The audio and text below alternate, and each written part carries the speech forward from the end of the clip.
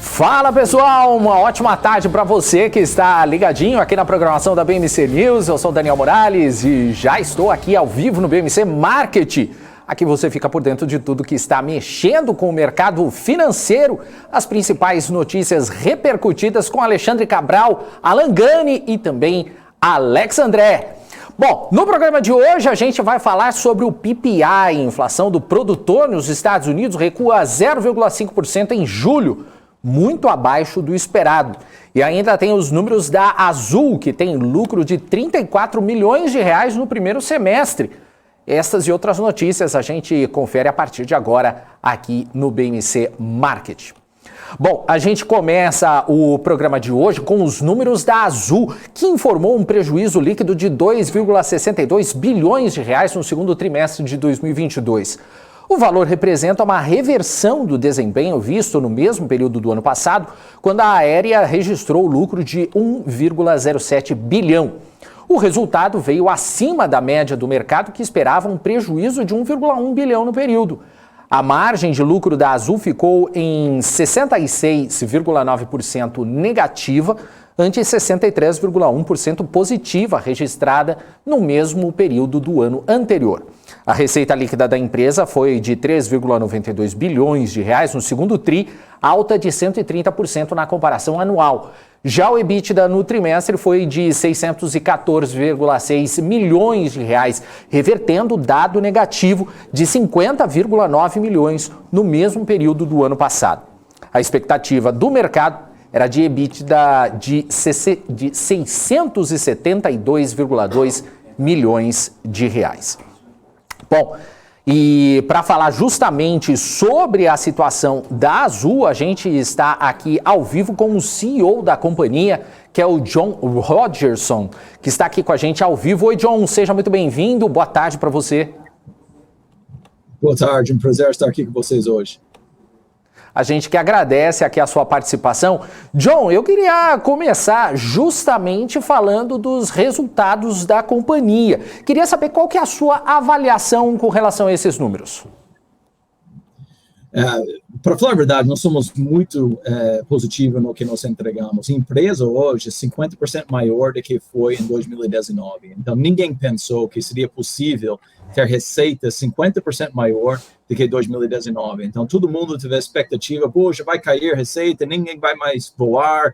Então, eu acho que, se você olha todos os analistas de mercado, a gente surpreendeu todos eles na receita que nós tivemos, porque o mercado brasileiro é forte, tem muita gente que quer voar, então nós ficamos muito felizes com o resultado que nós fizemos no mercado. Quando você fala sobre lucro líquido, tem que lembrar que o dólar afeta isso, né? A gente tem muita dívida em dólar, então quando o dólar muda, mas tudo isso é non-cash, então isso não impacta nada no nosso cash flow. Em fato, nós aumentamos nossa posição do caixa no trimestre, mais de 500 milhões de reais, e no trimestre mais fraco do ano, com o preço do combustível mais alto na história do Brasil. Então, mas mais uma vez, eu estou muito feliz com o resultado do nosso time. Também a empresa foi a empresa aérea mais pontual de todas as Américas no mês de junho, e mais uma vez em julho nós éramos um dos mais pontuais do mundo. Então, estamos muito felizes onde nós estamos e voltamos a crescer. Isso é bom para o Brasil e especialmente bom para a Azul. Legal, John, eu vou convidar aqui para a nossa conversa mais dois convidados que fazem parte aqui do nosso programa, que é o Alexandre Cabral e também o Alex André, que já estão aqui com a gente. Eu sei que o Alex já estava doido para fazer pergunta para você, então eu vou dar a prioridade então para o Alex. Diga lá, Alex. John, eu sou apaixonado pela Azul. Eu sou enviesado, eu tenho o E190 PR Asa, que eu ganhei de um piloto aí de vocês, tem uma miniatura lá na minha casa, então eu sou fascinado. Vou mandar um elogio para toda a equipe de RI, o André, conheço o pessoal aí desde a época da Nádia, estive em Viracopos aí recentemente, conheci na operação, falei com o Ike também, o diretor de operações aí, o Wake, né, bem legal aí, foi bem bacana. Mas, ô John, falando aqui sobre o resultado, como você explicou muito bem a variação, a questão do lucro, né, a questão de prejuízo, da variação cambial, mas olhando o operacional, realmente está voando, né, ou seja, tem esse trocadilho, porque você tem visto ali o headline ali do release, né, você vê receita, o RASK crescente, e a questão do custo, né, se não tivesse esse hedge, né, a gente teria ali uma diminuição, né, de 12% e não de uma alta de 12%, uma variação que aumentou 80% do preço do combustível, né, como a gente viu ali no release. Ou seja, essa alavancagem operacional ainda pode ser otimizada ao longo desse ano, haja vista, né, que a gente vê um conforto no balanço, né, de 4 bilhões de reais, ou seja, olhando do operacional, né, comparando com os peers que nós temos aqui em bolsa, né, que a gente tem, por exemplo, a Gol e tem outras companhias também que não são listadas aqui no Brasil, mas a gente vê, além desse operacional que todos vão surfar, o cargo, né, crescendo mais de 20% aqui também na questão da Azul, mas também um ponto que eu sempre falo é a questão da malha e questão da frota, né? Isso ninguém consegue copiar, é Cessna, é ATR, está chegando o A350 agora, né? Tem um 330, 320, o E2, o E1, enfim, tem tudo isso e os outros não têm. Então, ou seja, o que você pode falar para o investidor que gosta de investir em aéreas e por que a Azul, né? Ou seja, eu disse alguns motivos aqui, mas você é melhor para falar também para os nossos investidores em relação a isso, principalmente no operacional. Não, perfeito. Você citou muitas vantagens que a Azul tem e a gente fez muita coisa para fortalecer a Azul nos últimos anos. Mas pensa o seguinte, nós voamos para 150 cidades. Nossos concorrentes estão em 50 cidades. Então, para nós, a Azul é bem maior. Se você olha a capa do jornal Valor Econômico hoje, o PIB no centro-oeste do país está crescendo 5 vezes, né? Então, para nós crescemos onde o país está crescendo também. Então, nós estamos em todas essas cidades pequenas. Então, isso que fortalece também. A marca da Azul é muito boa. Então, nós temos Wi-Fi a bordo, pessoas gostam de viajar conosco. Então, é um produto super top que pessoas gostam. Então, agora falamos que nós vamos entrar com mais força em Congonhas também. Então, todas aquelas Freeliners que não voam muito conosco vão ter a oportunidade para conhecer este produto top e ao voar conosco, não tem que voar como os outros, porque a gente leva você até o mundo. Então, mas algumas coisas que você citou, o que foi importante para nós foi para fortalecer a empresa durante a crise. Então, nós fizemos várias coisas, nós triplicamos nossa receita da carga, então nós fomos full in em carga para fazer coisas bem diferentes do que nossos concorrentes estão fazendo. A gente viu um grande crescimento do lazer neste país, pessoas viajando a lazer, pessoas que estão fazendo aquela business leisure, que estão, parte da semana estão no negócio, outra está no lazer. Então, a gente dedicou muito para o nosso programa da Azul Viagens, com 2.000 voos dedicados na alta temporada. Essas são coisas que nossos concorrentes não fazem. Então, são boas empresas, mas são bem diferentes do que a gente. Então, o que eu falo para as pessoas que fazem uma comparação, olha linha a linha, o que a Azul faz, o que os outros fazem, e depois fala com seus amigos. Quem você prefere voar, né? Azul ou os outros? Então, eu acho que claramente você vai ver as grandes diferenças que a Azul tem. Muito legal, o John, você disse bastante coisa, e quando você fala da questão do cargo na pandemia, vocês se reinventaram, pegaram as aeronaves, né, da Embraer, foram pioneiros nisso, né, inclusive no mundo inteiro, transformando em cargueiro, né? Acho que esse é um ponto bem legal também, que as outras companhias também estão crescendo no cargo, mas vocês se reinventaram nesse portfólio. Mas fazendo uma pergunta em relação à parte do Tudo Azul, que você falou muito bem, né? Quando a gente compara com os outros, não tem nem como comparar, né? Realmente Tudo Azul vem crescendo bastante. Qual que é o segredo da relação do Tudo Azul em comparação com os outros? Porque realmente quem analisa os números, a gente consegue ver uma diferença muito grande. E na parte do User Experience, né? Começa pelo tapete azul, agora lá em Congonhas, agora eu fiquei sabendo também, Santos Dumont vai ter agora o reconhecimento, né, biométrico. Enfim, também a aviação brasileira também despontando bastante, vocês vêm surfando nisso, né?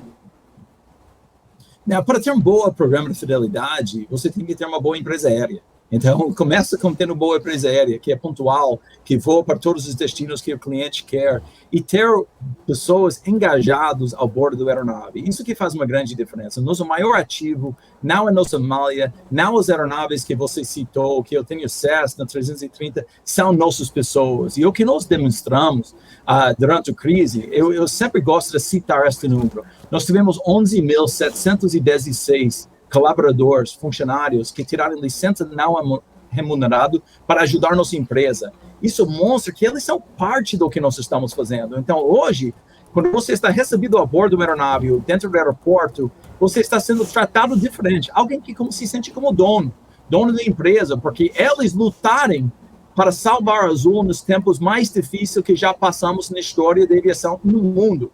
Tem que lembrar que todos os americanos, né, United, Delta, American, todos empresas subsidiadas. Todos os europeus também, subsidiados. Os governos deles deram bilhões de dólares para subsidiá-los.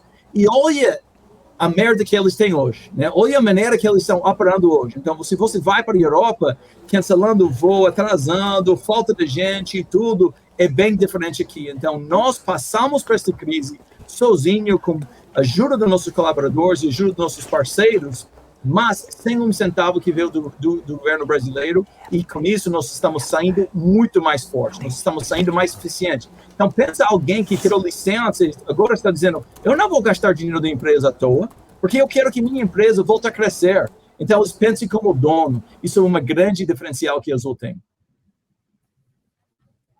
Cabral? Tem uma dúvida, meu amigo. Cabral aqui falando, olhando para o balanço agora de vocês, no caso o balancete, né? Vocês têm uma dependência muito grande de capital em dólar. E a receita em dólar não é tão grande. Vocês se preparam para alguma coisa? Vocês fazem algum hedge cambial? Ou vocês vão para o risco do câmbio, seja o que Deus quiser? Este é nosso negócio, né? Então, obviamente, aeronaves são dolarizadas, leasing, combustível é dolarizado. Então, o preço do combustível é dolarizado. Então, nós sempre vamos ter isso. Mas, Alex, uma coisa que nós falamos é que nós temos que ser diferente do que nossos concorrentes, né? Porque todo mundo está exposto ao mesmo problema, né? Mas o que nós temos que é diferente? Eu tenho algumas aeronaves financiadas em reais, porque são do fabricante Embraer, que é construído aqui em Brasil. Então, eu tenho acesso a linhas de crédito em reais que meus concorrentes não têm por seus ativos. Mas a outra coisa que nós temos é que nós temos 80% dos nossos mercados onde nós estamos sozinhos. Então, quando o dólar vai 3,50 para 5,20, 6, sei lá onde vai, eu tenho que ter habilidade para passar este custo para meus clientes. Então, é muito mais fácil fazer isso quando você tem um mercado que você domina, né? Então, isso é a grande vantagem que nós temos. Mas vai ser impossível evitar o fato que eu tenho custo em dólar e receita em reais. Isso não vai mudar nunca. Mas o que eu tenho que fazer é fazer isso melhor do que meus concorrentes. Muito bom.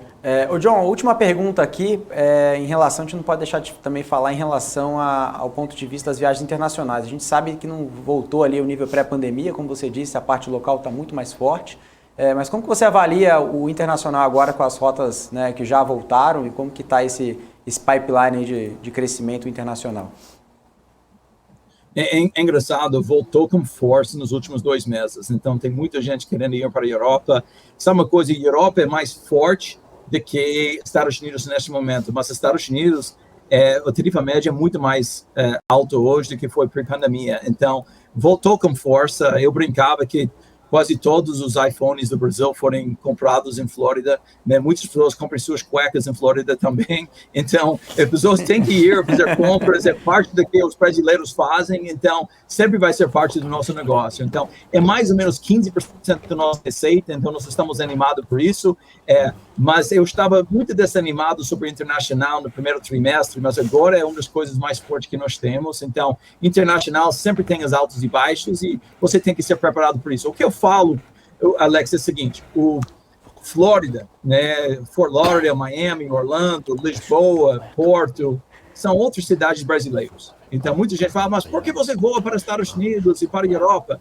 Porque isso é onde meus clientes querem voar. Então, muitos brasileiros conhecem Flórida muito melhor do que eles conhecem seu próprio país. Eu acho isso uma vergonha, porque você deve conhecer Foz do Iguaçu, Porto de Galinhas, esses outros lugares, mas o fato é o brasileiro que ir para a Flórida. Muito obrigado, John. Muito obrigado. Legal. Mesmo. Você ia fazer um comentário, ou Cabral? Eu ia fazer um comentário. Cabral, você falou de cueca uma vez. Eu fui para o Miami uma vez, quando as minhas filhas nasceram, para fazer enxoval. E eu fui sozinho, fiquei 2 dias em Miami. Eu fui com 2 malas, uma dentro da outra e uma cueca. Porque se eu precisasse tomar banho, o resto eu comprei tudo lá, tênis, chinelo, meia, tudo. Coisa de brasileiro. Coisa de pobre, entendeu? Então, você falou da cueca, eu lembrei da história. Eu só fui com uma. E fui parado lá, porque os caras pensaram, pô, o que você foi pegar nos Estados Unidos? Da mala, fui parado na alfândega. Foi uma beleza. Uma beleza. John... Posso fazer mais uma pergunta, John? Se o John permitir... Da filé mignon da parte aérea é Rio-São Paulo, São Paulo-Brasília, Rio-Brasília. Devido a um fluxo muito grande de pessoa jurídica que olha um pouco menos para ticket e olha mais pela praticidade, quero voar, tem que estar do outro lado. Como é que está o mundo pós-Covid para essas rotas, já que muita coisa virou online? Já voltou a pré-Covid? Não voltou? Vocês acham que volta? Como é que tá essas 3 grandes rotas aí que a PJ não olha preço? Congonhas, né? Legal falar dos slots Congonhas também. Uma coisa que eu diria é que o aeroporto de Congonhas foi mais impactado de todos os aeroportos do país quando fechou tudo, né? Então teve muito menos viagem, mas está voltando com força. Eu estava em Congonhas segunda-feira, eu vi tanta gente viajando, então voltou, os preços são altos, então talvez algumas pessoas vão evitar, né, fazer uma ponte aérea ou outro, mas isso vai permitir que então, você pode voar para mais destinos. Então, o Azul hoje voa para mais cidades hoje do que nós voávamos antes da pandemia. Mas, com certeza, é Congonhas, amigo. É a força de São Paulo, então, vai voltar muito rentavelmente para as empresas aéreas. Perfeito. John, gostaria de agradecer a sua participação aqui na BMC News. Muito obrigado pelo seu tempo. Foi pouquinho tempo, mas foi extremamente proveitoso. Muito obrigado e fique à vontade para voltar mais vezes. Obrigado. Vem voar conosco, gente. Não fique no chão, não. Combinado. Valeu. Um abraço. Valeu, Tchau, tchau. Muito bom, excelente entrevista com John Rogerson, que é CEO da Azul, hein, Eu quero fazer uma pergunta. Eu quero saber quem já falou sobre cueca com o CEO de uma empresa. Isso é só nós aqui, maluco. Bate aqui, ó, coletiva. Aqui, ó. Isso é só BMC, pá. Vai pros outros ver se tem. Maluco. Aqui a vida como ela é, pô. Vamos ver se depois dessa o John volta. Né? Pode ser que ele nunca mais venha aqui depois dessa também. Então, pô, todo mundo tá indo, o John não, ele nunca tem agenda. Por que será? Pô, Cabral, Alex e Morales estão lá, não dá. Não dá. São eles, não dá. Vão pensar 2 vezes antes de... Mas eu tô emocionado aqui, eu tô chorando aqui ao vivo. Aqui. Não, mas essa brincadeira, mas realmente a gente acompanha há muito tempo a companhia. Né? Não, e outra, né, Alex? Quando você é fã e gosta daquilo que você faz, como é o seu caso, o pessoal quase não sabe aqui, mas o Alex acorda 3 horas da manhã. Não sei que horas Alex dorme. Eu vou contar uma coisa. Eu acho que ele tá programando o Instagram. Deixa eu te contar uma coisa. É impossível, você não dorme, maluco. Não dorme. Eu trabalho, né? Tem que trabalhar. O Saravalli não dorme. Aliás, o Saravalli falou que a única coisa que ele passou em vida pra mim foi o amor pelo trabalho. Olha. E vários termos. Não. Eu tô te cobrando aí pra você tá direito. Tô tomando esporro. Cabelinho da Vou tirar na cara do ouvido, pronto. Aí dá esporro. Vou contar uma história. Você tava falando de avião. Agora, onde eu tô morando aqui agora, o avião ele passa na frente da janela. Então. Aí você fica contando quantos azuis são e quantos não. Aí eu vou lá no Flight Radar, coloco o filtro azul e vejo que horas que o avião do Mickey e o avião do Pato Donald vai passar pra eu tirar foto. Mas não passa Congonhas aqui. Passa. A 320. Não passa Guarulhos, quer dizer? Não, Congonhas aqui. Aqui mas atrás. Mas do Mickey não passa aqui, é muito pequeno o avião. É o A320. Não, com certeza. Pois é um avião pequeno assim, lá fora. Não é o 330, é o 320. Então, pô, mas vou até Miami com um voo desse, mano. Não, Miami é Guarulhos. Ele tem o símbolo, mas ele não vai pra Miami. Ele vai. Mas é um avião maior, 330. Então, mas o que passa na tua casa não vai pra Miami. Não vai. Gente, fica à vontade, viu? Se nós estamos aqui discutindo... Fica à vontade. Irmão, pra quem posa em São Paulo, não pelo litoral, posa pelo Santana de Parnaíba, que passa em cima da casa dele, você vai segurar no teto assim, maluco. Faz assim, Você vai segurar no teto dos prédios. Eu vou até passar as coordenadas. Quando tiver a 3.350 pés, é verdade, o avião passa na frente da minha casa. Tá Então certo. Aí eu vou mandar um abraço, um beijo. Deixa eu só. Eu tenho que liberar o Alex. Ô, Alex, só pra. Ele tá à toa, fica aqui com a gente, pô. Só tá longe O que você tem pra fazer agora? Fica aí, ó. Agora eu vou ter que trabalhar agora. Não, você não tá trabalhando. Que a gente não tá trabalhando, é isso? Explica pro Saravalho lá, ele tá me esperando. Ô, Alex, só pra gente encerrar, então, queria saber o que você achou da entrevista, o que você achou também. Eu sei que você é fã, mas eu queria saber do conteúdo aí, o que você achou das explicações do John com relação ao conteúdo muito bom, o Daniel. Acho que a BMC trouxe como uma primeira mão, né? No dia da divulgação de resultados, o CEO da companhia, ninguém fez isso. Então, a BMC, acho que dá o crédito para toda a equipe da BMC que conseguiu possibilitar esse encontro. Verdade. E ele explicando justamente, além não só como CEO de uma companhia aérea, mas ele tem uma experiência, né? A gente sabe, uma experiência gigante no setor de muitos anos. E ele explicou desde as dúvidas mais básicas, desde dúvidas mais completas em relação ao operacional. Então, ou seja, para quem não investe em aérea, começa já a reconsiderar em relação ao ciclo, né, que ele acabou de passar a visão. E para quem já investe, acho que tem uma geração de valor muito grande essa entrevista para todos que investem no setor aqui, Daniel. Ou pensam ou investir, né? Não, com certeza. Alex, valeu! O que você tem para fazer, maluco? Ele tem que trabalhar. O Saravalho tá me esperando lá em cima. É que aqui a gente não trabalha, ele trabalha. Você não trabalha, só dá aula, né? Exatamente. E o chefe tá ali atrás do vidro. Valeu, Alex. O chefe tá lá, mas já era. Tchau, tchau. Valeu, Alex. Um abraço para você. Um abraço pra vocês, e até a próxima. Antes da gente seguir aqui, só trazer uma informação bacana para você. Você quer aprender as estratégias para operar mini contratos e ganhar como os grandes players do mercado sem pagar nada por isso? Bom, então é isso que a Invest Academy da Nelogica e o Neto vão trazer para você na semana dos mini contratos, o segredo.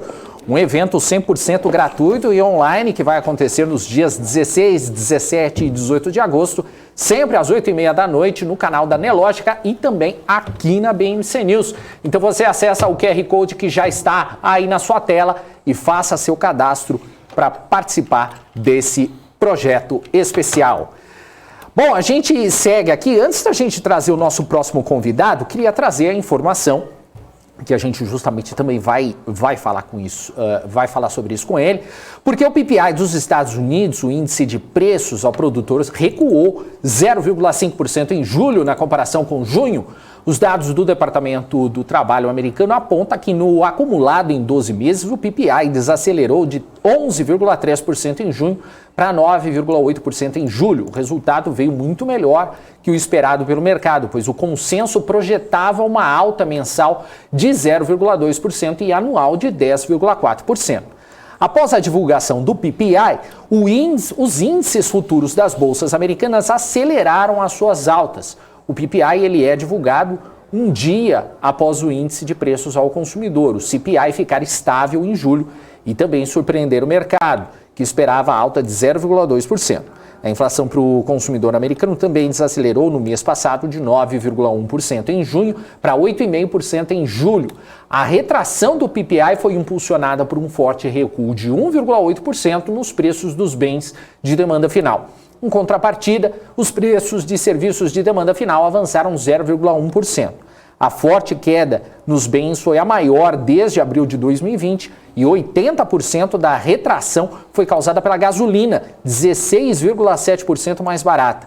Já o PPI menos alimentos, energia e serviços comerciais subiu 0,2% no mês passado e desacelerou de uma alta de 6,4% em junho para 5,8% em julho no acumulado em 12 meses.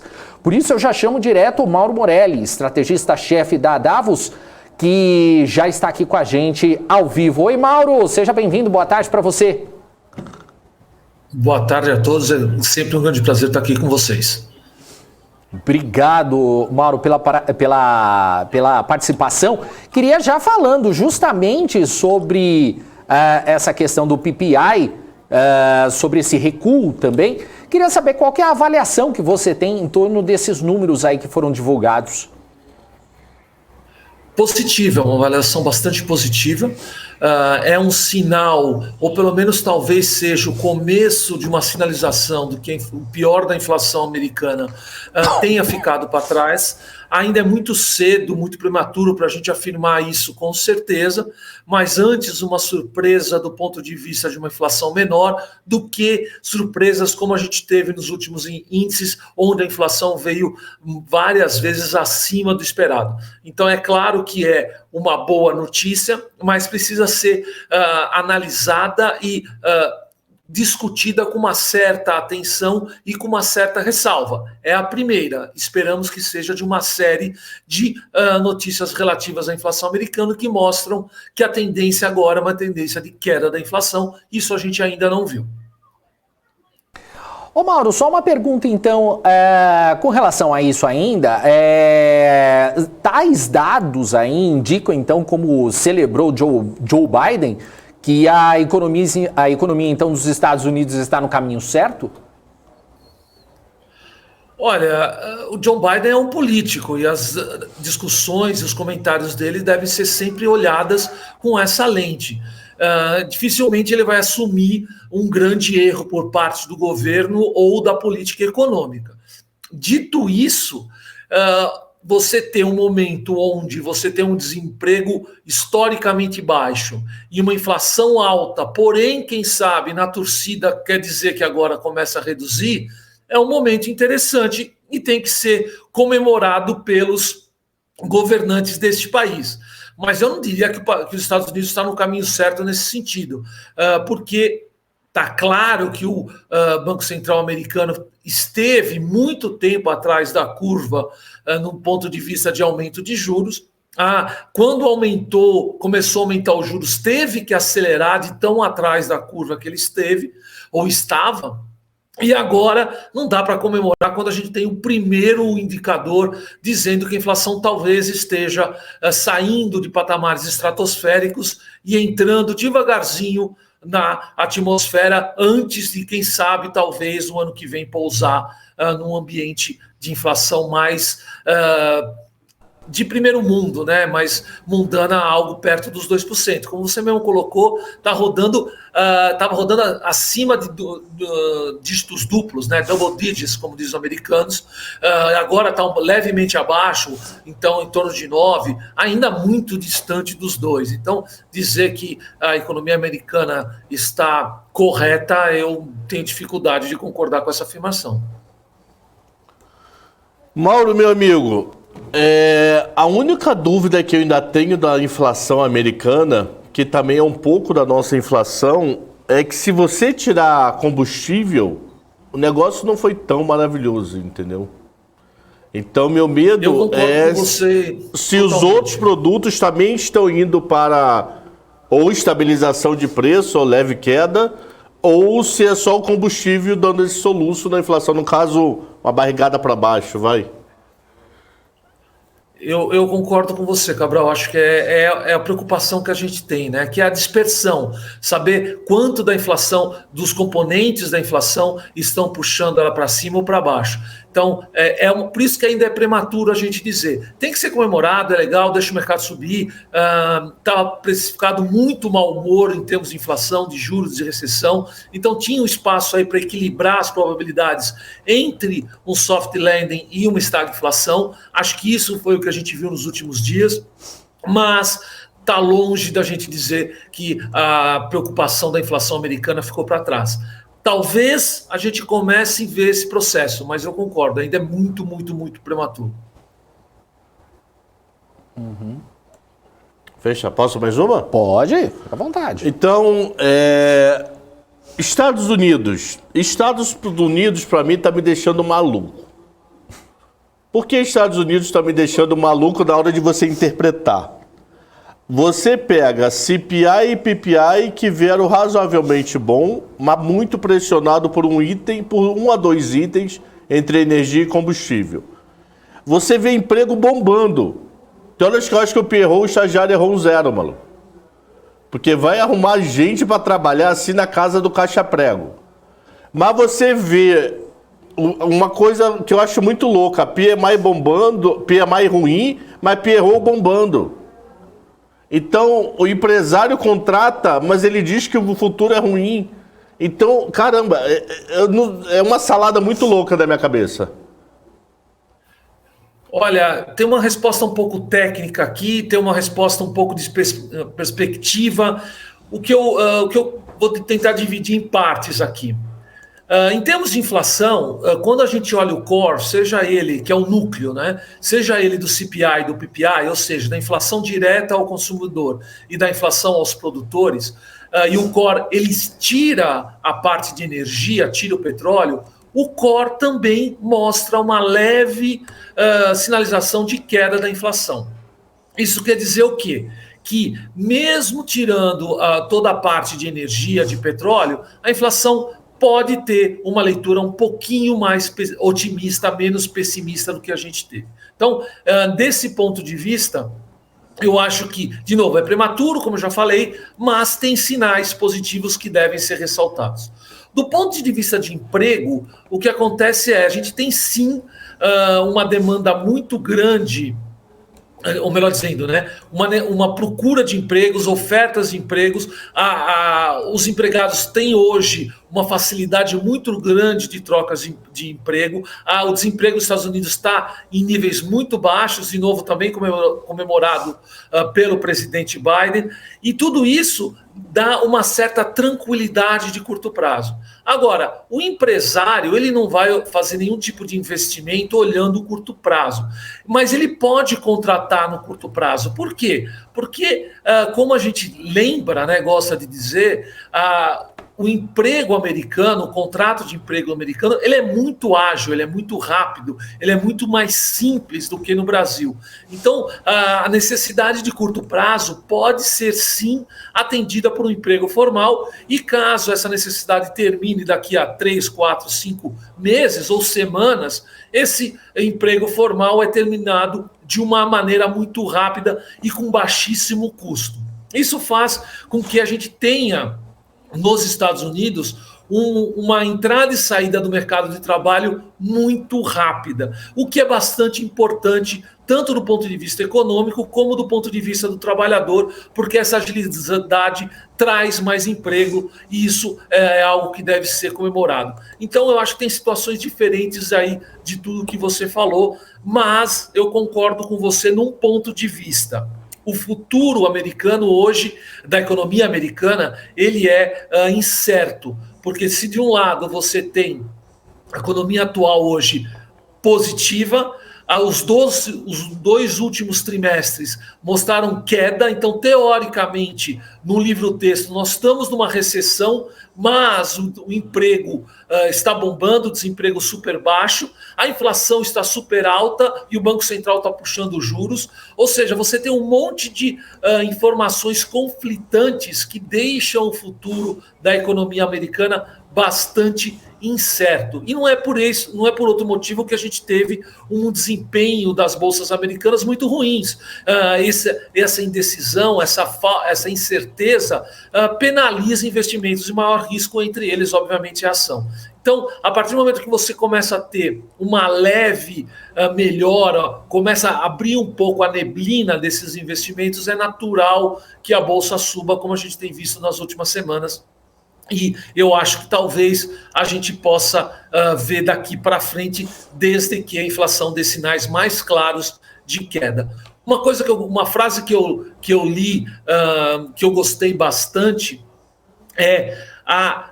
historicamente, o bear market americano termina com o começo da recessão, que é um pouco contra-intuitivo do que a gente está acostumado, mas a história tem mostrado isso. Ou seja, quando a recessão se materializa, quando isso está claro e fica evidente para o mercado que o Banco Central americano ou vai parar de subir os juros ou vai começar a cair, os ativos de maior risco são mais atrativos, e aí o bear market termina e o próximo passo é começar o bull market. Eu acho que esse é um sinal importante. Muitas vezes o que a gente tem é os sinais da economia muito ruins, mas o mercado antecipando a melhora que está por vir daqui para frente. Entendido. E você tem aí uma esperança aí de que a inflação americana ela já atingiu o seu pico? Você acredita que ainda assim a gente deve conviver ainda com outros problemas? Porque a gente enfrenta aí guerra, a gente enfrenta pseudo-guerras, né, que nem começou e a gente torce para não começar. Você acredita que isso pode prejudicar ainda a questão da inflação por lá? Pode sim. Eu acho que o termo que você colocou é esse, é uma esperança. Os números mostram que essa esperança pode se materializar em termos de inflação e queda. O problema é que a gente já, e eu estava dentro desse rol, né, muitas pessoas já cantaram esse pico em março, em abril, em maio, em junho, e erramos desde então. Então hoje está um pouco gato escaldado com medo de água fria, né? Então hoje está um pouco mais difícil cantar a bola de que a inflação já terminou, ou pelo menos terminou não, que a inflação já fez o pico, mas é uma esperança que isso tenha acontecido caso esses números venham em linha. Que fatores podem fazer com que a inflação não tenha batido o pico? Os mesmos e outros novos, mas o que a gente viu na última vez, que foi um problema de logística, seja pela pandemia, seja, quem sabe, pela guerra, se a China dessa vez participar da guerra de uma maneira mais formal, problemas de commodities, preços de commodities, caso a guerra, ou quem sabe chip, dependendo de como a gente tiver a guerra influenciar tudo isso. Então, se a gente tiver algum problema de oferta e isso impactar, seja petróleo, seja por causa de logística, seja por causa de commodities, a gente pode ter o mundo pode vivenciar um novo pico de inflação caso isso ocorra. Mas a esperança, como muito bem você colocou, é que esse pico de inflação já tenha passado. Boa. Cabral, tem mais Tem mais uma. Vamos pro Brasil rapidinho? Só não pode ser sobre futebol, Cabral. O resto pode falar. Boa. Agora você é Mengão, né? Opa, Libertadores eu sou tri, meu amigo. Não tem essa não. Para com isso. Por quê? Vai torcer Palmeiras? Eu sou palmeirense, não vou torcer. Eu nasci palmeirense. Isso é uma coisa de pai para filho, não tem jeito. Tá. Palmeiras São Paulino que tem 3. Vem cá, meu amigo. Vai falar no meu ouvido, não. Existe mais do que um. É que o cara que trabalha aqui, ele é... O cara que trabalha aqui tá querendo falar no meu ouvido o quê? Que ganhou ontem com 2 a menos, é isso, né? Deixa eu tirar uma dúvida contigo, meu amigo. Mas isso é um fato, isso não é uma esperança da inflação, isso é um fato, só para deixar claro. Meta Selic, chegamos ao pico? Ou pode ter um chorinho? Tem chorinho, eu acho que esse é o termo mesmo, Cabral, tem chorinho. Até porque eu acho que faz sentido ele aproveitar esse momento favorável, se mostrar ainda mais preocupado com a inflação. Eu acho que a gente lembrando, né, a inflação que a gente está vivendo hoje, essa deflação desses 2 meses, como você muito bem colocou, é por causa do preço dos combustíveis no Brasil, que foi uma marretada, não foi algo do ponto de vista econômico estrutural. Isso foi empurrado para a inflação do ano que vem. A queda da inflação desse ano é praticamente da mesma magnitude do que a gente viu do aumento da expectativa para o ano que vem. Então, a preocupação inflacionária continua muito parecida. E eu acho que o Banco Central tem que se mostrar ainda um grande defensor das metas, que não seja 22, obviamente, já foi, 23 está quase indo, mas ele ainda tem que lutar para mostrar que ele não vai largar essa corda facilmente. E eu acho que vai ter um chorinho, sim, até mesmo porque a economia brasileira ainda não está ruim a ponto do Banco Central ficar preocupado com esse chorinho de aumento de juros. Então, acho que juro termina em 14, como você bem colocou. Fechou. Ô Mauro, eu vou fazer essa pergunta pro Igor Lucena, que daqui a pouco vai dar uma entrevista pra gente, mas eu queria fazer essa pergunta para você também. Você acredita que o fator eleições pode deixar aí a inflação pesar um pouco mais no Brasil? Olha, Isso deve acontecer se a gente tiver uma pressão no câmbio, no real, mais forte por causa da inflação, né? O canal que a gente vê da eleição para a inflação geralmente passa pela cotação do real dólar. O que a gente tem visto ultimamente é que o real dólar tem respondido muito mais a fatores externos do que internos, seja pela alta dos preços das commodities entre a guerra da Ucrânia e da Rússia, seja a queda de aversão a risco mundial. Então, o que tem se colocado ultimamente é que que o real está à esteira do que acontece lá fora. Isso, na minha opinião, não deveria se manter durante o segundo semestre, quando a eleição vai estar ainda mais presente na realidade brasileira. Mas, ultimamente, o câmbio tem desprezado essa preocupação. Eu acho, efetivamente, que a gente deve ter mais volatilidade no câmbio daqui até o final do ano por causa da inflação, por causa da eleição, e talvez a inflação, de alguma maneira, reflita isso. Tá certo. É isso então. Mauro, gostaria de agradecer a sua participação aqui no BMC Market. Muito obrigado e a gente se vê na próxima. É sempre um grande prazer estar aqui. Um abraço a todos e até a próxima. Valeu, meu amigo. Abraço. É isso aí. Conversamos com Mauro Morelli, ele que é estrategista-chefe da Davos.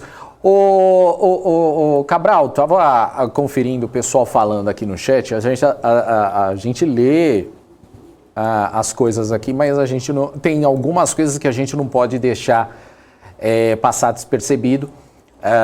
Teve uma pessoa aqui que falou que a gente estava passando informação errada com relação aos números dos Estados Unidos, que eram informações enganosas. É informação oficial. Tá? Então, a partir do momento que é informação oficial do governo, é informação oficial. Se está enganando ou não, aí já são outros 500, tá? Mas quando fala, vocês estão passando mentira, não é mentira. Tem aqui, está falando, esses dados do governo querem que você enxergue outra coisa que você não está, que você está vendo. Tudo bem. Pode ser realmente até algo escondido, mas são números oficiais. Então, a partir do momento que a gente traz números oficiais, são números que a gente pode questionar, obviamente. Por isso que a gente traz comentaristas para justamente falar a respeito desses números. Mas todos têm as suas informações oficiais. Então, você tem, por exemplo, aqui no Brasil, tem o próprio governo Bolsonaro, tem seus números oficiais, o governo de São Paulo tem seus números oficiais. E nós, como jornalistas, questionamos, claro, é o nosso objetivo, mas a gente tem aí os comentaristas que justamente estão aí para trazer o seu ponto de vista, ver se esses números estão certos, se tem alguma coisa a mais, se não tem, e por aí vai. Ou faz o seguinte. Diga lá. Solução prática. Cria o Instituto de Pesquisa e divulga o verdadeiro. Se estiver correto, a gente divulga. Registra, abre um CNPJ, cria um Instituto de Pesquisa, contrata estatísticos, que vai precisar mais de estatística do que economista, qualquer coisa. Cria a base de dados, faz pesquisa em campo e divulga. Não tem problema nenhum, não. E não tem jeito. É que nem discutir números de pesquisa eleitoral. Cada instituto tem uma forma de pesquisa. E outra, não é matemática, é estatística, né? Então, não é um número correto, né? Vamos dizer assim. Por isso que tem aquele margem de erro daqui, margem de erro dali e por aí. Eu acho que a única coisa que é um pouco unânime, que é complexo acreditar, é número chinês. Aí o pessoal, até o próprio mercado, assim, acredita, mas acredita meio assim, será? Agora, pô, IBGE, o IBGE americano, que é o Federal, não sei o que eu esqueci o nome. Federal Reserve? Não, Federal, o IBGE deles é federal porque é de federação, né? Ele vê um número único. Pode estar errado? Claro que pode, mas, poxa, seria muita gente para olhar de números públicos para dar problema. Você tem ideia, ADP. ADP nos Estados Unidos é o primo do nosso CAGED. começaram a questionar o EDP dizendo, olha, o dado A mais B e da C, ele historicamente bateu com o teu. Nos últimos 6 meses não está batendo. Será efeito Covid? Será que o Covid está nem manipulando, nunca nesse termo? Será que o Covid você está com dificuldade de captar? O que a EDP fez de forma exemplar? Vou suspender toda e qualquer divulgação minha por 2 meses, vou rever os dados e vou ver se tem algo errado. Agora você não faz isso na China porque o número não é aberto. Mas Brasil, você vai lá no site do IPCA e do IBGE, tem tudo aberto. Aberto, literalmente aberto. E sem pagar nada, tá? Vai lá, pega, alguns pedem e-mail para poder eles terem controle, outros nada. Você baixa tudo e compara. Então, podemos concordar, a minha inflação é negócio sua, que Daniel não tem filhos. Então, minha inflação de filhos, o meu maior custo mensal, há uns 5 a 6 anos, é a escola delas. Isso para o Daniel é 0, ele não tem filho. Então, qual o custo meu e Daniel hoje curso superior? 0. Porque nenhum dos dois estão fazendo, ou quem depende da nossa renda está fazendo. Provavelmente o Daniel deve ter algum custo, J qualquer, que eu não tenho. Por quê? Porque são pessoas diferentes. Então o IPCA, ela pega uma média, que nem o IPC. O IPC, não tem como ser eu e Daniel, não? Porque fica melhor olhando pro Daniel, batendo papo. O IPC, que é o CPI deles, é muito parecido com o nosso. Nós pegamos 92% da abrangência das pessoas, eles pegam 93%. Então é tudo muito igual. Podemos discutir peso. Por isso que o IBGE, teve até uma pergunta do Gani há uns 15 dias atrás, quando saiu o IPCA 15. Teve o responsável pelo IPCA 15 na IBGE veio conversar com a gente. E uma das coisas que o Gani perguntou é o seguinte: vocês estão fazendo uma nova pesquisa de hábitos familiares? Que é a pesquisa de hábitos familiares que baseia o IPCA. A penúltima pesquisa, DVD, era muito importante. Então o DVD estava no IPCA. Na última pesquisa, viu que DVD não é mais importante. E sim, produtos ligados à TV a cabo. Então sumiu o DVD do IPCA e entrou produtos. Então com hábito isso vai mudando no decorrer do tempo. E cada um tem um hábito. Pô, eu tenho Netflix, vou chutar. Pode ser que ele não tenha e prefira a Disney. Então, minha inflação de aumento de Netflix é diferente do Daniel, que está aqui a 60 centímetros de onde eu estou. Então, a visão do IBGE é dar uma visão global, como é nos Estados Unidos. Por isso que, se você olhar para a FGV, tem 1 quadrilhão de inflação. Você sabia que o IBGE divulga uma inflação para quem ganha entre 1 a 2,5 salários mínimos? Sabia que ele divulga para idoso? Sabia que ele divulga para idoso aposentado? Sabia que ele divulga para idosos que ganham até 3 salários mínimos? Então, cada um tem sua história. Então, isso aqui é uma visão global de tudo. Só isso. É importante falar isso porque, às vezes, parece que a gente está informando coisa mentirosa. Mas não é. Por exemplo, é a mesma coisa. Vou citar o Bolsonaro, porque é ele que está na presidência, e ele falar que, a partir de amanhã, ele vai aumentar o salário mínimo para R$5 mil. Ele pode falar isso. É um dado oficial se ele divulgar? É um dado oficial. Mas a gente vai aqui questionar. Será que o governo tem condições de pagar aquilo e tudo mais? E por aí. É só um exemplo, mas a gente parte desse princípio. Só queria agradecer aqui o... Cadê? Acho que é o Trader Pobre. Eu tô cancelando um maluco aqui que fica fazendo campanha. Escrevendo 10 linhas. Quando ele escreve a metade do chat, ele virou pobre, amigo. Só queria agradecer, acho que foi o Trader Pobre aqui que falou, não, estatística é matemática. Não, realmente, é verdade. Estatística é uma área da matemática para coleta de dados para análise e representação. Eu falei que não era. É sim, tem toda a razão. Obrigado. Bom, daqui a pouco a gente continua então falando aí, debatendo mais com o Cabral. A gente daqui a pouco tem mais entrevistado aqui no BMC Market, mas olha só, a partir da próxima segunda tem novidade aqui na tela da BMC News. Olha só. Olá, eu sou a Lede Lara e a partir de segunda-feira estarei com vocês aqui na BMC News, no Primeira Hora do Agro, trazendo informações sobre o mercado das commodities de uma maneira que você nunca viu.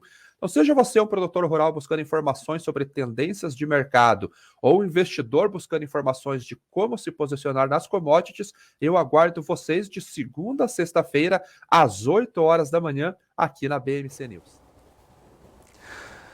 O Primeira Hora do Agro começa às 8 horas da manhã com a Lê Delara. Muito legal, imperdível, só para deixar claro, a Lê Delara manja muito. E olha só, vem aí a semana de mini contratos, um evento 100% gratuito e online desenvolvido pelo trader Wilson Neto em parceria com a Invest Academy da Nelogica. Então não perca a chance de aprender os principais segredos do mercado de mini contratos. O evento só acontece nos dias 16, 17 e 18 de agosto, sempre às 8 da noite no canal da Nelogica e aqui na BMC News. Então você acessa o QR Code que já está aí na tela e faz o seu cadastro para participar. É muito legal e imperdível. Aproveita, porque é Nelogica que vai fazer esse projeto aí. É super legal. Aproveita que é legal, hein? Bom, a gente vai fazer agora um rápido intervalo, sem antes te lembrar aí de seguir a BMC News no Twitter. Segue a gente também lá, bmc.news, você também vai ficar muito bem informado. A gente volta daqui a pouquinho. Até já.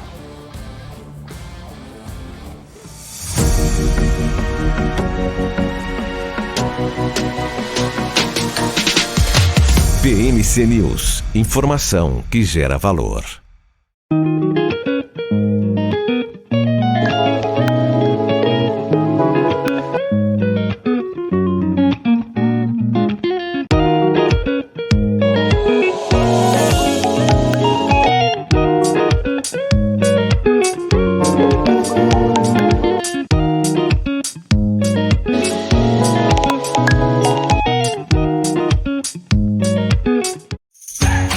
Um dia inteiro, 8 horas de palestras, 6 painéis temáticos, grandes nomes do mercado financeiro.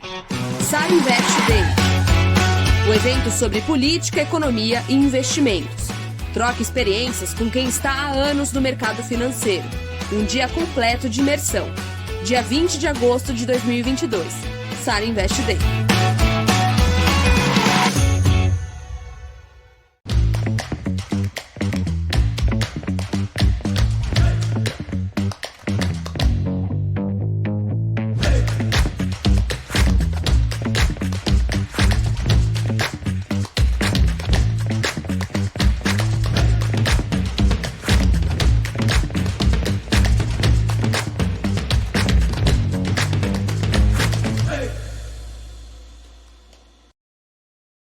As empresas que fazem parte do seu dia a dia estão em uma das maiores bolsas do mundo, a Nasdaq. E a boa notícia é que você pode investir nessas empresas diretamente pela Avenue, sua corretora nos Estados Unidos. Com os dados das ações dos Estados Unidos fornecidos pela Nasdaq em tempo real, o cliente Avenue pode acessar diretamente as maiores bolsas do mercado americano. Entre neste mercado de tecnologia e inovação. Acesse avenue.com.br/Nasdaq e seja bem-vindo ao mercado global. Como é que foi, F? Bom, estamos de volta aqui para o segundo bloco do BMC Market desta quinta-feira. Já queria falar de leilão aqui com o Cabral. Cadê o Cabral? Ele aí. Qual leilão você quer falar primeiro? NTNF. Então, o que podemos falar? Deixa eu só pegar os dados aqui, porque eu não decorei, não. Deixa eu pegar os Fica dados. à vontade, viu? A gente não está ao vivo, nem... Então, vamos lá. NTNF é um título que é emitido por gringo. Então, gringo querendo aplicar no Brasil gosta muito da F. São títulos mais longos. Vencimento em janeiro 29 e janeiro 33. E esse título tava murcho pra caramba. O volume tava muito ruim, muito ruim. Sim, 70 milhões, 200, 100. Esse é volume ruim? Começo do ano a gente falava volume entre 2,5 bi a 3,300 todo leilão. Então, falar de 68 milhões. O que é 68 milhões para gringo, povo? É igual falar para Daniel que é R$1.000, não é nada. Olha, ele não desmentiu aqui do lado, então é verdade. Então, só que o que acontece? O leilão de hoje saiu 1.800 e teve demanda. Teve muita demanda. As taxas, para você ter ideia, as taxas trabalhando em nível de março, abril desse ano. Então as taxas caíram bem e o volume foi alto. Isso pode significar a volta de gringo. Gringo voltando a olhar para a nossa renda fixa, que não via desde o dia 17 de fevereiro. Então a notícia da NTNF foi boa, mas boa demais. Só que hoje ele não emite só a NTNF. Ele também emite a LTN. E deixa eu achar a LTN aqui. A LTN, ele emitiu... Aqui. A LTN, ele fez uma emissão de 11 bilhões e 600. Foi o segundo maior volume do ano de título pré-fixado emitido num único leilão. Então não precisa nem dizer nada, excepcionalmente bom, o mercado demandando muito pré-fixado.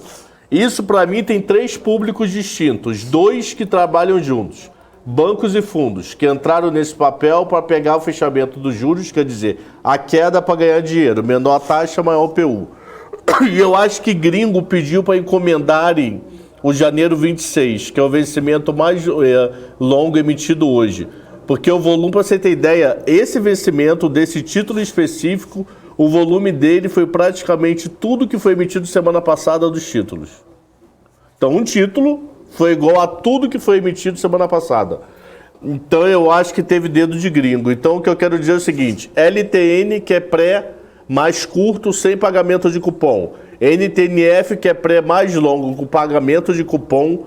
Desde fevereiro, a gente não viu um leilão tão bom quanto hoje. Foi bom demais. Isso pode ser volta de gringo, tá? E voltar gringo é tudo que nós queremos. Porque bolsa sem gringo é complicado, renda fixa sem gringo é complicado, investidor local acaba virando um grande rouba-monte, entendeu? Então é isso. Só isso? Só. Tava vendo aqui, o Cabral, eu não sei, você não acompanha, acho que tanto, né, os papéis, né, os dados, né, o balanço, né, mas foi divulgado aí as principais ações da CIA aí com forte alta, aqui com um pouquinho mais de 10% aí após o balanço aí por volta das 2 horas, agora há pouco, enquanto o Pets tem queda de 7% depois do resultado. Eu vou contar uma história, posso? Pode, vai lá. Amanhã vai ter uns cenários que foi um cenário proposto pelo convidado. Que eu falei, pô, maneiro, gostei da ideia. Então vai ter a Vitória, foi gravado ontem. A Vitória Minato, ela é analista de varejo. Então ela conversa sobre a CIA. Ela conversa sobre a Renner. Então o que eu instigava? Pô, como é que tá a CIA no setor? Como é que tá a Renner? Como é que tá a Magazine Luiza? Como é que tá a Via? E uma outra pessoa que é uma referência do marketing no Brasil. Pra você entender, cá tem 500 mil seguidores no Instagram. E eu fazia uma pergunta simples. Como a Via Magalu pode se reinventar se eu quero comprar a mesma televisão Samsung 42 polegadas? Como fazer eu ir na Via e não Magalu? Só preço? Como fidelizar o cliente? Porque dependendo da fidelização, muda o resultado para frente. Então, era a visão do marketing na história. Então, roupa, Riachuelo tá mudando de... E ele entende bem de varejo também. Roupa tá mudando, a Riachuelo tá mudando. Para mim, ela tá se reposicionando. Ela tá saindo da B- para ir para B+. Ela ainda não tá no A. Será que ela vai ter público para isso? Será que ela vai ter margem? Será que o público B+, quase A, entende loja de departamento ou que é uma coisa mais privada? Tipo uma loja menor de 40 a 50 metros quadrados. E não uma loja de meio andar. Então, isso foi o marketing junto com o resultado. Bem legal. O cenário vai ao ar amanhã por volta de 12:30. Legal. Deu 1 hora e pouca. Então, se você fizer o estoque amanhã vai ser 2 tapas. Amanhã eu tô aqui no marketing também. De novo? Amanhã a gente faz rap, maluco. É nóis aqui. Vamos invadir isso aqui, rapaz. E rap é assim, com azeitona, amendoim, Mas você salame. sabe quem não vai estar no rap? Quem não vai estar no rap é quem toma cerveja com o dedinho assim pra tirar... É que toma cerveja. A gente é copo de plástico, pagode. É ele mesmo, Alan Gani. Cadê ele? Eu estava com saudade de vocês. Saudade. Um dos melhores comentaristas dessa É o maior comentarista que eu conheço na minha vida com sobrenome Gani. Vai no Afeganistão pra você ver. Mas eu não vou entender o que ele vai falar, mano. Você estava gravando o podcast. Podcast. Vai ao ar quando? Não estava, não sei dizer. Eu não estava de férias, viu? Não estava. Dá para dar Eu estou aqui, estou trabalhando. Você sabe que ele trabalha sexta-feira de manhã, né? Que ele pega iate e vai para Ilhabela, ele pega aqui em Guarujá e vai até Ilhabela, pega helicóptero e vai para outro lugar, e ele já pega o almoço e vaza. Ele aproveita e ele vai de helicóptero para aquela outra emissora lá que os donos Mas ele maquia até esse cabelinho dele que tá vindo aqui, pega rapaz na testa, lá na outra emissora não tem não. O programa é Pânico? Como é o nome do programa aí? Aqui é 3 doido menos o Felipe.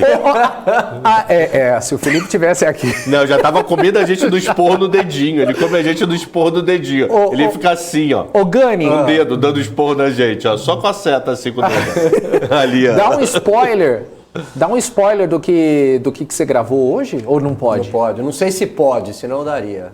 Mas é coisa boa. Não pode, é coisa boa. Não pode, já me avisaram, não pode. Mas é coisa boa. É coisa boa, claro. Não, a BMC é só coisa boa. Mas olha, eu já vou te adiantar, você perdeu aqui. Por quê? Você perdeu o CEO da Azul. Fiquei sabendo. A gente conversando com ele sobre cueca. Falou, você tá brincando. Isso é só BMC. Vê lá se naquela outra televisão que não pode cabelinho pra frente pode falar sobre cueca. Faz um resumo pra ele, Cabral. Eu não gosto tanto da empresa, mas que o setor tá bem, tá tendo mais passageiro. Ele falou que tá conseguindo passar. Eu não gosto. Eu não gosto porque eu acho que é um setor que muito volátil pra câmbio e combustível, maluco. Mas você eles fica operam rico em várias pobre. cidades do interior, né? É isso que ele fala que é o diferencial, ele não tem concorrência em cidade pequena. Pô, que legal, cara. Eu gosto. Legal. O melhor do papo foi da cueca. Americano? Como é que a mala é americano, mas fala português. Português arrastadaço, mas fala. Ele fala sem desse jeito. É muito bom, muito bom. Mas gente boa e muito. E ele que puxou papo de cueca. Não fomos nós, não. Foi ele. Aí a gente começou a falar, comprar cueca em Miami, não sei o quê. É sério, assiste. Assiste. Começar papo de comprar cueca em Miami, não sei o quê, na Flórida. Aqui é raiz, maluco. Vamos parar de falar de cueca. Igor Lucena, economista e doutor em Relações Internacionais, página 14. Então traz aí, Igor Lucena, cadê ele? Viu, maluco? Aqui sabe tudo. Pessoal, boa tarde a todo mundo. Boa tarde. Eu queria, antes de mais nada, Igor, pedir desculpas para você, porque a gente estava conversando ontem no estoque e caiu uma árvore na Faria Lima, que acabou com tudo, com luz, com internet. A sorte que a gente conseguiu resolver aqui rapidinho, mas acabou com tudo. Rapidinho, que demorou uns 40 minutos, né? Não, mas é verdade, caiu uma árvore. Mas aí a culpa não é sua, a culpa é da natureza. A gente não tem muito o que fazer e reclamar com ela, né? É verdade, não tem jeito não, mas ontem estava ventando muito forte aqui em São Paulo. E aí acabou tendo essas complicações aí que infelizmente acontecem. Mas vamos lá, Igor, já foi devidamente apresentado aí pelo Cabral. Eu queria começar falando aí de uma pergunta que eu fiz para você ontem, mas que aí acabou bem na hora que você estava respondendo. Então eu vou refazer aquela pergunta que eu fiz ontem para você. Ontem eu estava perguntando o seguinte: a economia, ela está sendo aí o tema central da corrida eleitoral à presidência da República nesse ano, e os economistas acreditam que o próximo presidente, independentemente de quem seja, terá grandes desafios a enfrentar, já que tanto a conjuntura econômica interna quanto a externa estão bastante delicadas. O próximo mandato vai ser desafiador aí no que se diz respeito à economia? Não é uma resposta tão simples, gente, porque se você pegar a conjuntura internacional desse ano, qual eram as previsões que a gente tinha em janeiro, fevereiro? Era o crescimento próximo de zero, você tinha até mesmo movimentos deflacionários, algumas pessoas mais radicais falavam em estagflação, e o que a gente está assistindo hoje, pega aí o Boletim Focus e até mesmo na economia real, e eu não gosto de ficar só sentado aqui na frente do computador, eu vou mesmo para todo tipo de cenário, rodo por capitais, vou para o interior aqui do Nordeste, vou para São Paulo, Rio, Brasília. Você vê a mudança de economia, né? Então, esses dados e a possibilidade de crescimento desse ano para 2022 de 2% é real. Agora, 2023 está muito mais para um cenário, um movimento de previsão, de quase astrologia do que economia na prática, porque uma coisa é a gente analisar dados econômicos e fazer um forecast baseado em previsão de indústria, em varejo, em todos esses aspectos que, de fato, nós como analistas olhamos. Agora, quando você coloca dentro do sistema o posicionamento geoeconômico e uma decisão política de agentes, como, por exemplo, quais serão as novas consequências que a Rússia vai tomar a partir do momento da saída dela agora do mercado de carvão europeu, ou se a gente assistir de fato um conflito bélico em Taiwan, esses efeitos são muito radicais e muito incapazes da gente de fato prever para 2023. Há uma perspectiva muito baixa de 2023, claro, e eu acho que desafiador ele será tanto do ponto de vista de o que é que um governo novo pode fazer do ponto de vista de reformas, lembrando que governos, no começo, têm um poder muito maior do que no fim, e como ele vai reagir para os conflitos geopolíticos que efetivamente existirão, e conflitos militares continuarão a existir a partir de 2023. Dentro desse contexto, eu acho que esse é o grande desafio. O que mais chama a atenção é que não só o Brasil, mas o México parece uma espécie de rede internacional, porque a gente vê crescimentos em diversos setores, a gente vê, apesar da inflação alta, o Brasil tem um certo histórico de conseguir crescer, né? Apesar da inflação, isso não é comum em todos os países, mas a gente está num posicionamento melhor do que vários países do planeta. Então, se isso se repetir em 2023 por causa de problemas externos, talvez não seja tão desafiador assim. Então, eu acho que a gente ainda está um pouco longe, não de dados econômicos, mas de aspectos geopolíticos e como é que isso vai interferir a gente. Vou dar um exemplo muito claro aqui, e apesar de o Brasil, com o governo Bolsonaro, ter problemas com a União Europeia, quanto mais pressionada fica a União Europeia com a situação da Rússia, mais fácil vai ser para efetivamente a gente conseguir aprovar no Parlamento Europeu e nos países o acordo Mercosul-União Europeia. Então, de fato, eventos negativos lá fora, às vezes, são positivos para o Brasil. E a gente está surfando uma onda que está assim, impactando outros países, né? Tá afogando outros países, e a gente está surfando em cima dela. Mas por quê? Porque nós somos um país basicamente exportador de commodities. Isso não é uma vantagem do ponto de vista de longo prazo. Mas nesse estágio, eu acho que a gente está um pouco fora da curva, sim. Mas eu acho que, além dessas questões geopolíticas que você bem colocou na mesa, tem toda aquela questão que é aquela exuberância econômica que a gente viveu no mundo, eu digo, do choque de commodities, um crescimento espetacular da economia mundial, de 2003 até 2008, antes da crise norte-americana estourar no seu ápice, provavelmente a gente não vai ver mais. Então, só isso, quer dizer, um crescimento já muito mais modesto, de 2%, isso mundialmente falando, não só no Brasil. Isso já não torna a situação já muito mais difícil para lidar e os ajustes econômicos a serem feitos? Não, eu concordo. E aí eu acho que tem uma oportunidade. Eu acho que se o Brasil está com esses problemas internos, né, políticos, do ponto de vista de parlamento, de administração pública complicados, e a gente conseguir crescer 2% puxado por uma demanda externa, se o novo governo conseguir efetivar reformas, e quando eu falo efetivar reformas, eu acho que a principal é a reforma tributária.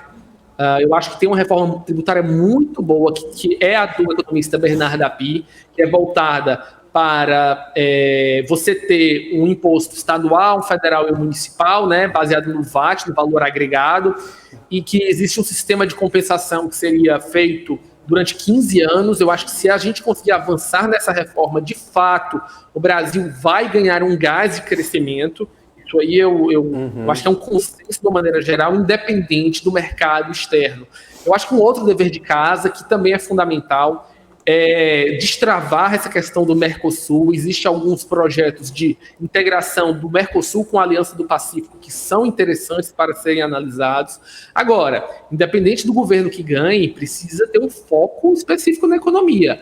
Não há dúvida que as últimas medidas econômicas, apesar de elas terem sido positivas, e eu acho positivo, por exemplo, a medida do deputado Danilo Forte, que foi a limitação de 17%, 18% do ICMS para os bens essenciais, o que de fato melhora a renda disponível das pessoas.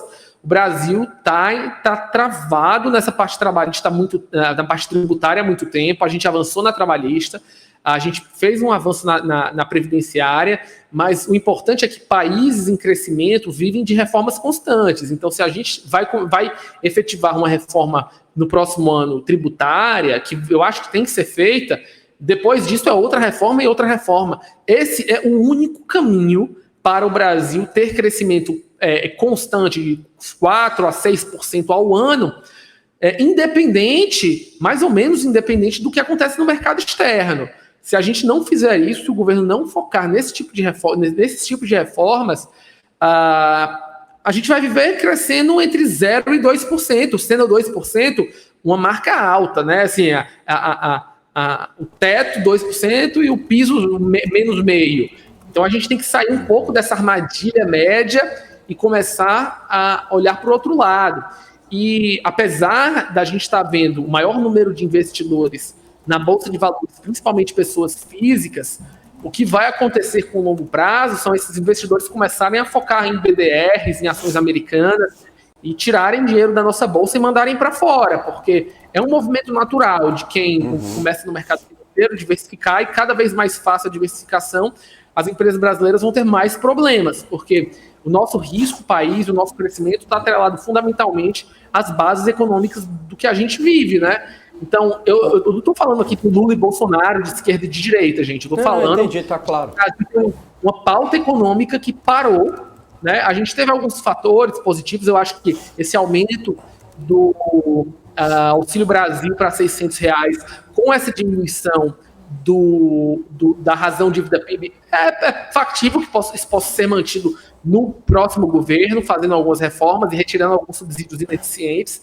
Agora, eu acho que a gente tem que começar realmente a pensar no que era no começo do governo Bolsonaro, reformas, e isso ser implementado, seja se a gente vai ver no governo Lula, seja a gente veja no governo Bolsonaro, ou, sei lá, um governo Simone Tebet, mas as reformas são a base do crescimento sustentável do Brasil. Se isso não tiver, vai ser voo de galinha puxado para o cenário internacional pelos próximos 10 anos.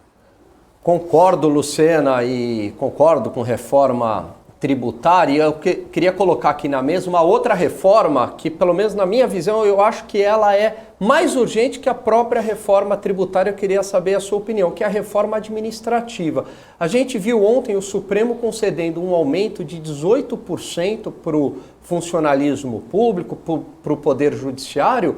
Um absurdo, né? Numa inflação de 10%, os caras estão tendo 8% de crescimento real. Não, mas ainda depende do Congresso. Não, é um absurdo passar, mas eu concordo. É um absurdo colocar Total. isso na mesa. A gente aqui do setor privado, está todo mundo pagando essa conta de alguma maneira. O que eu acho pior, não é um aumento que foi assim pontual por um ano, porque o argumento, tem uma sobra de caixa, mas você perpetuou. Porque a partir dali, né, quem ganhava 10 mil passa a ganhar 11.800. E essa despesa é permanente. Eu não sei se a arrecadação ela vai crescer permanentemente, o país cresce permanentemente. Isso condena, porque está tirando dinheiro do setor privado, que tem que bancar esses gastos, né, Lucena? Você não acha que, nesse sentido, a reforma administrativa ela é até mais prioritária que a reforma tributária? Porque para a gente poder ter uma simplificação ou redução de imposto no Brasil, eu preciso enxugar essa máquina pública extremamente ineficiente.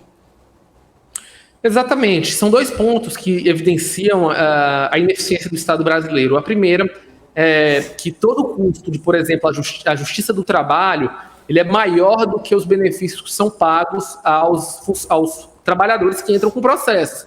Então, na prática, pela economicidade, era melhor não ter justiça do trabalho e pagar todo mundo, ficava mais barato essa conta. E um outro ponto é a razão do PIB em relação ao uso do judiciário. O Brasil tem uma média de 1,4%, 1,6% do PIB para o sistema judiciário brasileiro, enquanto a gente pega a média da OCDE, é coisa de 0,3%, 0,4%. Então mostra o quão absurdo é isso. Mas eu concordo com você, eu acho que a reforma administrativa é fundamental, e dentro dela existe um ponto que eu acho que é mais radical, que é a indexação. Se a gente estivesse assistindo a um aumento do salário dos ministros do STF, basicamente os 11, né, sei lá, de 39, 36 para 48, ok, era ínfimo. Agora, o problema é que os ministros do STJ ganham 95% do salário do STF, os desembargadores estaduais ganham 90% do STJ e os juízes regionais também. Então, o primeiro ponto é que você tem que fazer uma reforma que desindexe, tem que dizer puramente como uma empresa, olha, o salário de funcionário A é X, B é Y, Z é D. E que quando você tenha um efeito desse de mudança, não haja um efeito cascata. O maior problema dentro do nosso sistema de remuneração do setor privado, do setor público, é que tudo é indexado. Quando sobe lá em cima, todo mundo ganha, e não pode ser assim. E o outro ponto fundamental é que você tem que ter carreiras de Estado para servidores imprescindíveis, ok, juízes, fiscais da Fazenda, mas qual é o sentido de você ter uma carreira de Estado para analista técnico, para, sei lá, escrevente? Isso aí tem que ser cargos que possam ser colocados e demitidos. Você tem que ter a possibilidade de que a estabilidade do servidor seja apenas para alguns cargos ultra essenciais, como, por exemplo, juízes. Mas você ter toda uma grande carreira de funcionários estaduais, municipais e federais com estabilidade para sempre, e basicamente seria impossível de ser demitido por exemplo, falta ou mau uso do serviço público, e que você não tenha, a cada, sei lá, 2, 3, 4 anos, um novo teste para saber se essas pessoas de fato podem estar no serviço público por produtividade. Eu acho que esse é o ponto. Se nós queremos uma sociedade produtiva, o setor público tem que passar pelas mesmas regras e provações do setor privado. Perfeito. Meu amigo, eu quero pegar um avião e ir lá para a Europa para tirar uma dúvida contigo. A última vez que nós conversamos aqui, sei lá, deve ter uns 2 meses, foi na eleição lá da França. Exato. Você acha que veio entre primeiro e segundo turno. Como é que tá a França? Tipo, o Congresso tá para o governo, tá contra? Como é que tá a parte política da França? Que econômica a gente vê os dados, mas eu só acompanho os números dos dados. Se você perguntar para mim se é Macron que tá lá, se é Bill Gates, se é Steve Jobs presidente, eu não sei se eu sei. Então, Steve Jobs não é. Vai que ele vai vir pro centro espírita, fala com a tia da minha esposa lá e recebe. Então, como é que tá lá o dia a dia da França, por favor? Na parte política. Bom, o presidente Macron, ele de fato continua no poder, né? Ele foi eleito como presidente. Agora, ele teve um grande problema para a formulação do seu gabinete, né? O fato dele não ter conseguido a maioria absoluta na Assembleia Nacional faz com que ele seja obrigado a negociar. Então, ele está negociando com outros partidos qualquer tipo de mudança ou projetos de leis que eles tenham colocado. Agora, ele está tendo uma certa vantagem. O que se esperava seria um movimento de bastante conflito para avançar os seus projetos, mas como a Europa está, de fato, com todos os olhos voltados para Vladimir Putin, para a crise energética, para o problema na Ucrânia, de uma certa maneira isso gera um movimento de unidade nacional, né? Então ele está sendo meio que tendo uma vantagem do ponto de vista político, porque esses apoios, esse objeto para a defesa da França e para a defesa da Europa, ele está conseguindo concentrar mesmo com partidos de oposição. Agora, quando essa crise passar, de fato vai passar, eu acho que vai ser um governo bastante tumultuado. A França, a gente sabe que essa parte de direitos sociais, eles são bastante aguerridos nisso, a gente vê nas ruas. E, obviamente, a inflação está muito alta, eles vão começar a ter alguns tipos de revolta, Na França, isso não foi colocado ainda, mas na Inglaterra já vai ser programado o desligamento de gás em indústrias e, em parte, de bairros residenciais. Então, por causa da crise no inverno, e se isso ocorrer na França, a situação vai ser bastante séria. A gente vai ver bastante crítica e quebra-quebra nas ruas, né? E aí vai criar tumultos internos. Agora, de fato, todo esse processo contra o presidente Putin, essa guerra na Ucrânia, vem favorecendo decisões dos governantes, porque há uma visão europeia de que se a Ucrânia não for ajudada e a Rússia não for detida, eles vão repetir o que aconteceu em 1936, quando Hitler tomou a Polônia e disse que foi só a Polônia. A gente viu que não foi só a Polônia. E o objetivo é o mesmo. Se deixar a Ucrânia cair, a próxima é a Moldávia. E a gente vai entrar num conflito que não vai ter fim. A gente está assistindo, e eu estou pulando um pouco, essa situação em Taiwan, mas na face de tudo isso, a gente está assistindo a uma Segunda Guerra Fria.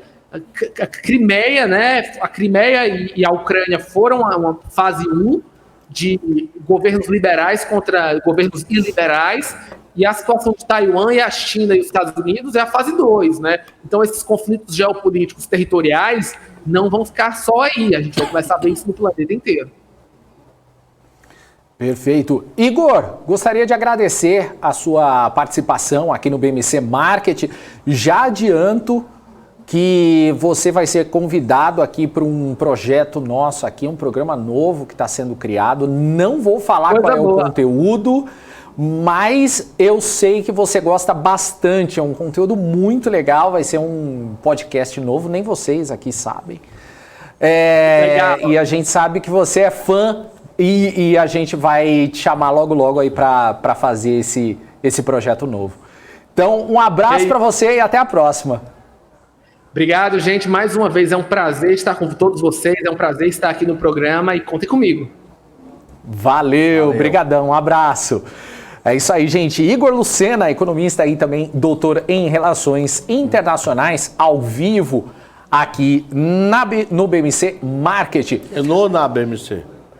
No BMC Market, que é o programa BMC Market. BMC News, porque é a emissora BMC Momento News. Pasquarelli. Beleza? 15 horas. Bom, a gente vai fazer... Pasquarelli é o cara da renda fixa. Vamos fazer um rápido. Em português lá, como é o nome? Sou ruim em português pra caramba. É o Pasquale. Pasquale, É tudo com P, papai. Como é que é? Pasquarelli? Pasquarelli é da renda fixa. Pasquarelli é um dos papas da renda fixa, sério. O cara é bom pra caramba. E, teoricamente, está junto com a gente. Boa. Porque ele é da Hold Nelógica. Nelógica tem parceria com a gente. Bom também, é isso aí. E a gente vai fazer agora um rápido intervalo. E voltamos... Daqui a pouquinho. Falei sozinho. Não, peraí. Então, falei antes sozinho, da gente... Falei sozinho. Volta aqui pro Cabral. Oi. E voltamos com quem? A gente volta com quem? Lá com de Brasília. Ela. A que sabe tudo dos bastidores de Brasília. Kelly? Ecali. Daqui a pouco. Não saia daí.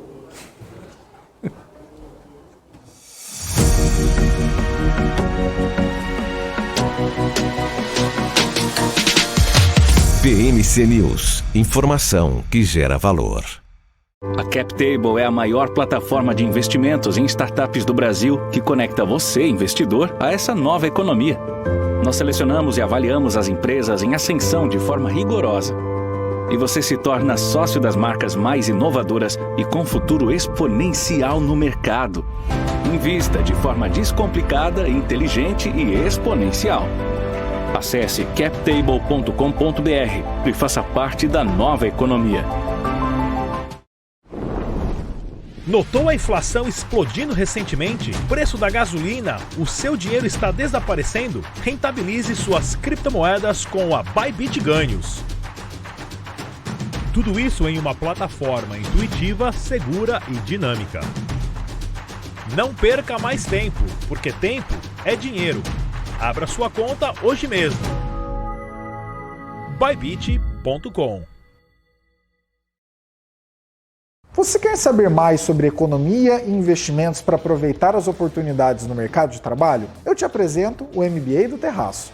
diga adeus para aquela velha distância entre conhecimento acadêmico e aplicação na realidade, com um curso didático, sem economês e direto ao ponto. E tudo isso contando com o apoio de um time de profissionais especializados em economia, política e investimentos. Fala galera, como vocês estão? Quero te dar boas-vindas no nosso MBA aqui do Terraço Econômico. Vamos nessa? Para saber mais é só clicar no link que está aparecendo aí na sua tela.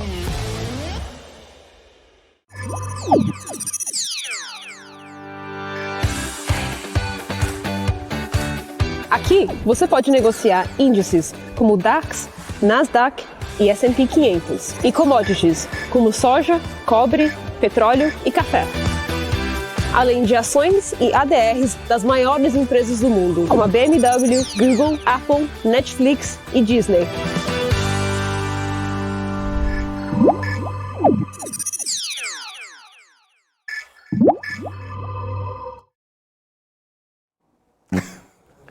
Estamos de volta para o terceiro e último bloco do BMC Market. Mostra o Cabral, mostra. Pode mostrar? Mostra ele aí.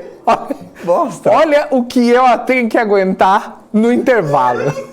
Mas vamos lá, deixa ele se recuperar. Olha só, o TSE decide em plenário que o controle do PROS volta para Eurípides Júnior. Liminar foi ratificada com votação de 4 votos favoráveis e 3 contrários. Quem conta pra gente agora é a Kelly Ecali, direto de Brasília, ao vivo. Oi, Kelly, seja bem-vinda, boa tarde para você. Oi, Dani, boa tarde. Essa recepção calorosa que já começou no WhatsApp, né? Eu fui lá digitar e de repente recebi a mensagem: eba, a Kelly tá digitando. Gente, pelo amor de Deus, isso é um evento, né? Eu digitar no grupo do WhatsApp. Mas considerando que é um grupo do WhatsApp que o Cabral está, é um evento, não é só mais uma pessoa digitando, né? Oi, Gani, tudo bem? Boa tarde para todo mundo, gente. Como é que você tá, Kelly? Tudo jóia? Tá tudo bem, graças a Deus, tudo indo. Cabral, você pode parar de sorrir ou de rir, não sei, mas tudo bem. Gente, vamos para a notícia, né, pra gente encaminhar esse programa, né? Vamos lá pro que interessa. Então, Dani, foi um voto apertado ali, né, uma votação apertada, 4 votos, só um voto de diferença, mas o TSE acabou, de fato, aí dando ok para a liminar do Ricardo Lewandowski da semana passada, o Ricardo Lewandowski que vai ser vice-presidente do TSE a partir da próxima terça-feira, né, quando vai tomar posse. Ele entendeu ali que uma decisão do Tribunal de Justiça aqui do Distrito Federal estava invadindo a competência, digamos assim, da Justiça Eleitoral, porque devolveu essa decisão ao Marcos Holanda o controle do PROS nacional, o que fez com que uma decisão anterior tomada em diretório também nacional, do Eurípides Júnior, ali protagonizada por ele, desse permissão para o PROS estabelecer uma aliança com o PT nacional. Nessa história, quando o Marcos Holanda voltou, ele dissolveu aí essa ata, e aí o apoio que havia sido sinalizado para o PT não existiu mais.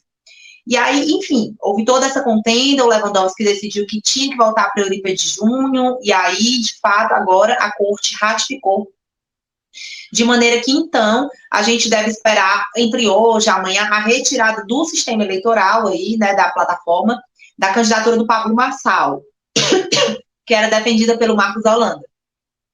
Então, essa é o grande encaminhamento, não é só voltar para Eurípides, mas agora a gente deve ver até amanhã, ou mais tardar, claro, na segunda, a retirada de fato da candidatura do Pablo Marçal à presidência da República. Volto com vocês aí. Tá certo. Valeu, então, Kelly Ecali, pelas informações aí de Brasília. Brasília ainda sofrendo aí com esse tempo seco, né, ô Kelly? E você sofrendo junto, não tá fácil não, precisa de chuva. Valeu, Kelly, até mais, tchau. É isso aí, Kelly, ao vivo de Brasília. Eu queria, antes de encerrar aqui com o Cabral e com o Gani, eu queria trazer uma notícia que eu estou vendo em destaque aqui e que eu peguei essa notícia. Cadê o Cabral e o Gani? Que eu vi aqui no Twitter e merece destaque. O líder da Coreia do Norte, ele declarou vitória sobre a Covid-19. Isso porque faz 2 semanas que não é registrado um caso no país e o Kim Jong-un declarou vitória do país sobre a Covid-19. Só lembrando que o regime dele tem um dos piores sistemas de saúde do mundo, não tem tratamento e não tem vacina contra o coronavírus. Ou seja, a notícia que impacta o mundo, né? Porque... Eu não sei nem o que comentar. É porque o vírus tem tanto medo de ficar lá, maluco, que prefere fugir. Imagina, ele nunca mais sai da Coreia do Norte, o vírus vai ficar louco. Porque como é que foi o vírus? Foi espalhando, né? Um país jogou pro outro, um país jogou pro outro. Pô, da Coreia do Norte o cara ficou com cagaço. Não, sai daqui, maluco. Até o vírus, até o direito de ir e vir do vírus. É restrito, só dentro do país. Ele deve ter pego a primeira cochilada lá do soldado e, opa, saiu do país. Ele não é manezão não, maluco. Manezão somos nós 3. O vírus é malandro pra caramba, você acha que? Esse vírus é sensacional, hein? Vocês não entendem nada de biologia, esses dois, nada. Não, desculpa a nossa ignorância. Cabral, valeu. Gani, valeu. Valeu, obrigado. Gani, até segunda. E Daniel, até amanhã. Você tá de amanhã de plantão, já sabe? Não, amanhã eu tô aqui. Não, mas no marketing? No marketing. Então amanhã vai ter happy hour, vai ter pagode. Como é que é? Acabou a comida, acabou a bebida. Você tava falando que do portfólio, né? Portfólio não, do cenário. Cenários amanhã, 12h30, essa entrevista. Isso. Tem entrevista, com o João Mota e com Vitória Minato. E às 5h30 tem o Deepcast com Alan Gani, que conversa com Fernando Holliday, perfeito, vereador de São Paulo pelo Partido Novo, que tá boa essa entrevista, né, o Gani? Muito legal, o programa tá bem bacana, o pessoal fala de questões pessoais também, vale a pena. Ele falou por que Holliday? Falou por que Holliday. Falou porque foi a primeira pergunta que não é por causa da música da Madonna. Tem que assistir a entrevista. Será que é Holiday? Quando é que o Facebook não, vai dar? Ok, deixa pra lá. Facebook não, YouTube. Valeu, Gani. Valeu, Cabral. Valeu, até.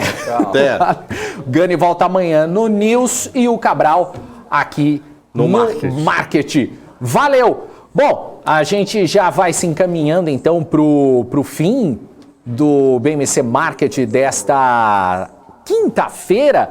Só lembrando aí também que vem aí a semana de mini contratos, O Segredo, um evento 100% gratuito e online desenvolvido por Wilson Neto em parceria com a Invest Academy da Nelogica.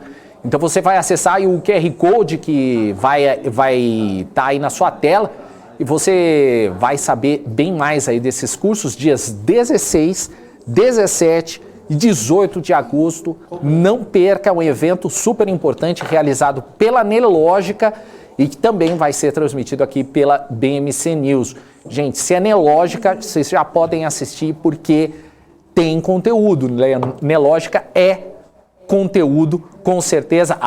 E com a apresentação de Débora Oliveira, que está aqui no estúdio me lembrando. Débora Oliveira, que vai ficar 18 horas no ar nesses dias, mas merece, porque depois ela vai entrar em férias. Então, não perca, que é muito legal. Gente, queria agradecer, antes de mais nada, enquanto o pessoal se ajeita aí para o início do Top News, para as notícias aí do fechamento do mercado, só queria agradecer o pessoal que mandou mensagem aqui, o Helder, falando Holiday, eu ainda acho que tem a ver com a música da Madonna.